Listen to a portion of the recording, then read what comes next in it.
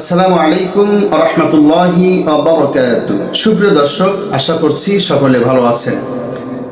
তিরমিজি শরীফের 3507 নম্বর হাদিস, নবীজির প্রিয় সাহাবী হযরত আবু হুরায়রা রাদিয়াল্লাহু তাআলা আনহু থেকে হাদিসটি বর্ণিত।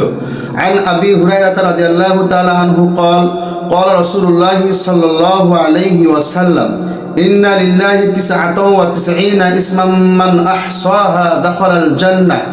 হাদিসের অর্থ হলো, নবীজি সাল্লাল্লাহু আলাইহি ওয়াসাল্লাম ইরশাদ করে বলেন, নিশ্চয় আল্লাহ সুবহানাহু ওয়া তাআলার 99টি নাম রয়েছে।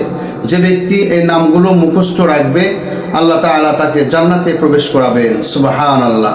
সুপ্রিয় দর্শক, তাই আসুন আমরা আল্লাহ সুবহানাহু ওয়া তাআলার এই নামগুলো মুখস্থ করার চেষ্টা করব এবং হাদিসে বর্ণিত ফজিলত অর্জন করার চেষ্টা করব ইনশাআল্লাহ তাআলা। আল্লাহ সকলকে তৌফিক দান করুন।